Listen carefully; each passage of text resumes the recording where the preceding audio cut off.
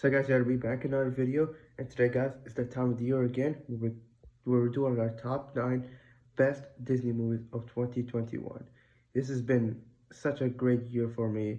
It was a tough year for me as well. I had some university works. It was my first time entering university in person and online. But at the same time, I had to watch these incredible films. It was honestly from Disney, Disney Animation, Pixar, and Marvel Studios only. Lucasfilm Star Wars unfortunately did not have any movie this year, but did have a lot of shows like The Bad Batch, which I really enjoyed. And then also, again, 20th Century Studios Searchlight, I'm not going to include them because, again, I'm not a fan of these films, and, I'm not going to count them as Disney because I know they're part of Disney, but I'm not going to count them because, again, they're just other films that I just treat them as, like, not important or just not big deal. I just only saw Free Guy, but that was later on Disney Plus, not in theaters. Because when it comes to theaters, I have to do a schedule movie, which one I want to see. It's like a job. I take this thing very seriously. But without further ado, here are the movies from Ryan Last Dragon all to SpiderMan No Way Home. Yep. All right, let's do our top 9. Number 9 for me is Cruella. Now, not to say that I did not enjoy this film. I really did enjoy, but it's just like it's kind of like there was no reason for a Cruella live action remake. Like we did that with Maleficent as a test. Obviously, Disney did that already with Maleficent, but we don't need like a Cruella. But Emma Stone honestly did a perfect job for it. There's nothing wrong with the film as well. It's just we did not actually need a Cruella film. One or Dalmatians, like the live action version with what's her name?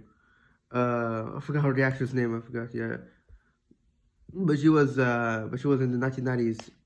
I don't know that was live action remake, but that was the only thing that was okay. But the more they did this live action remakes, the more unoriginal kind of becomes. But we get to explore who she is and how she became a villainess herself. And the plot twist was very, very unsettling. Honestly, I've never seen a plot twist like that before.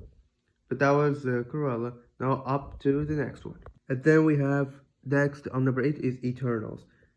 With Eternals, I was really excited for because this is a 10 new Marvel superheroes film from the MCU.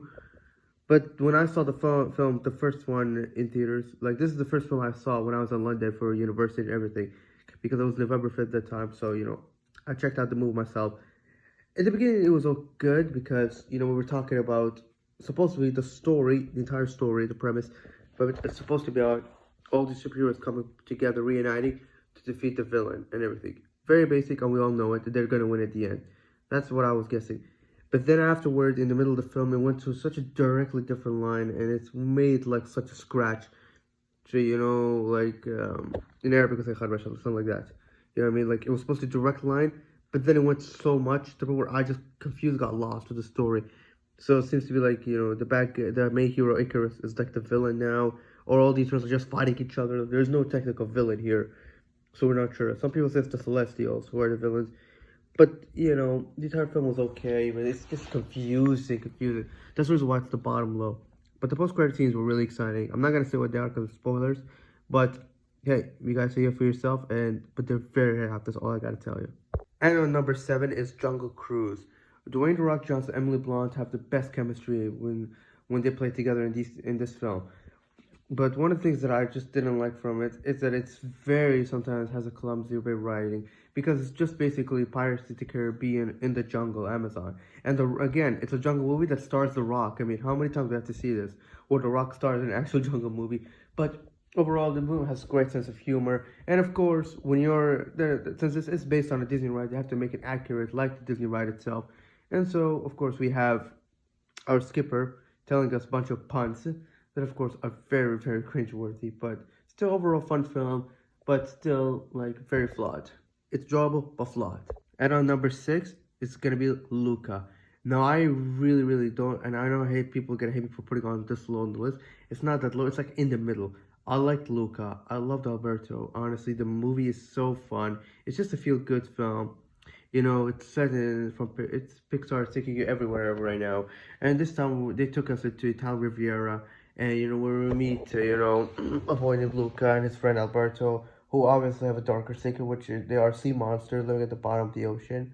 And every time they come back into service, they turn back into humans. You know what I mean? Everything, they had to live, their lives like this until, they meet Julia and everything. And then the chemistry. And then, the whole thing about this town not like you see monsters. So when they find out their identity, they try to kill them. But then they find a girl named Julia who, likes them, and she just wants to make them participate in that race to win the prize from that. And the villain himself is obviously an egotistical guy named Elgor, something like that. I don't know. I forgot the name, but he has two henchmen. But he's a very very basic villain from start to finish. But a lot of people, but it's been a long time since Pixar done it because Pixar usually uses the plot twist villains for such a long time. This one's a crystal clear. Eric Kroll, that's his name. Eric Kroll is the like a true villain from the start of the film until the end. And that's it. But Lucas comes with the round six. Doesn't mean it's a bad film. I really enjoy. I think it's a great film. But I've seen better Pixar films than Luca. But that's it. And now we approach the top five. Coming at number five, in my opinion, is Black Widow. Now I have no issue with Black Widow at all. I think Scarlett Johansson again plays Black Widow amazingly, and this time we made her go with in this movie. We finally decide to say that she confronted her past, in which we meet her family, her sister, her mother, and her father. Honestly, a very guardian, and an elderly past Black Widow, and and then the villain Taskmaster. Obviously, he copies most of the Avengers, styles and their weapons and everything.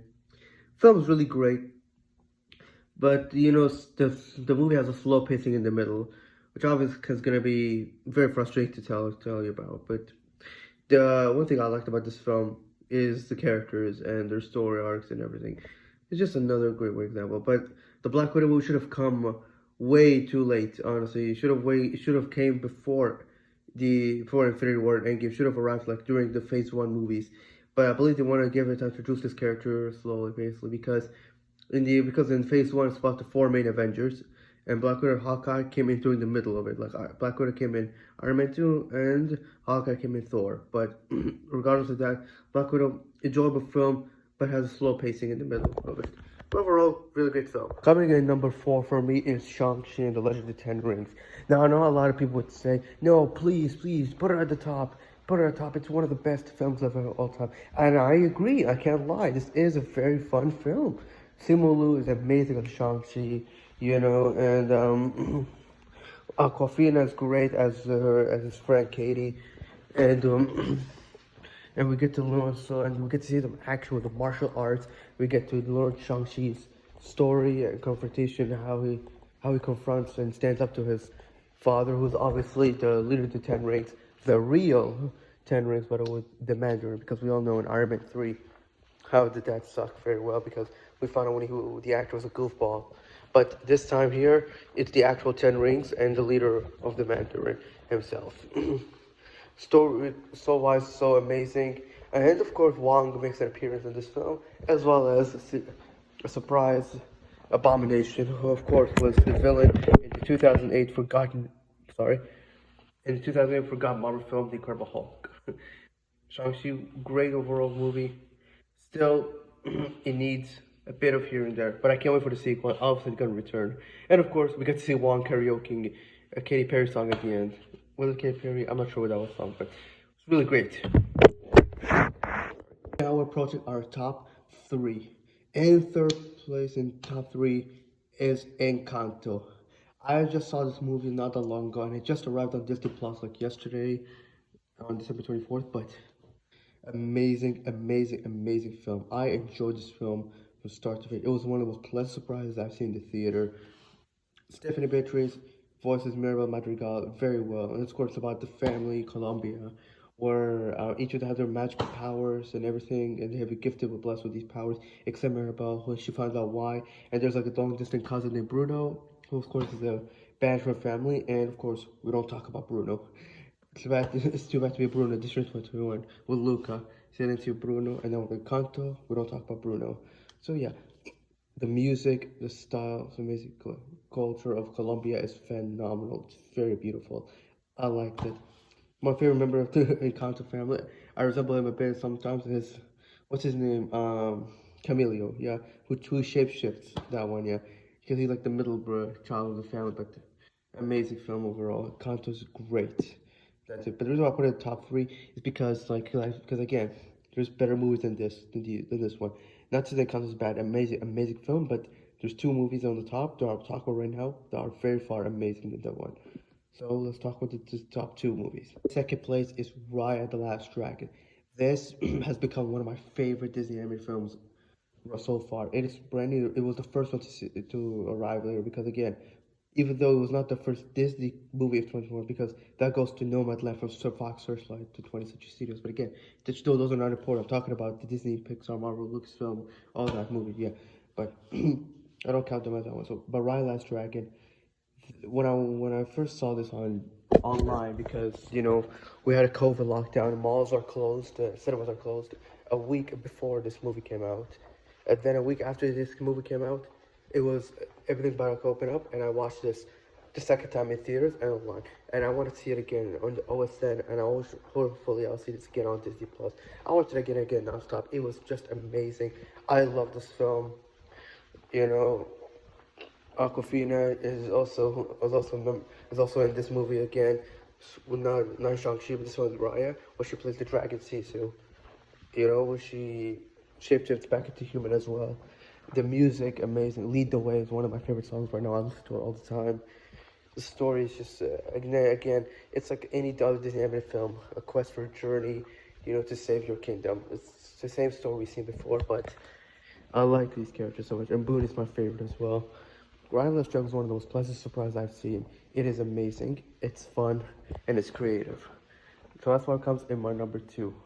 My number one pick for the best Disney movie of 2021. This title, when I saw this film, honestly, it blew my mind. And the moment I saw it. It's just I want to watch it again and again and again and again.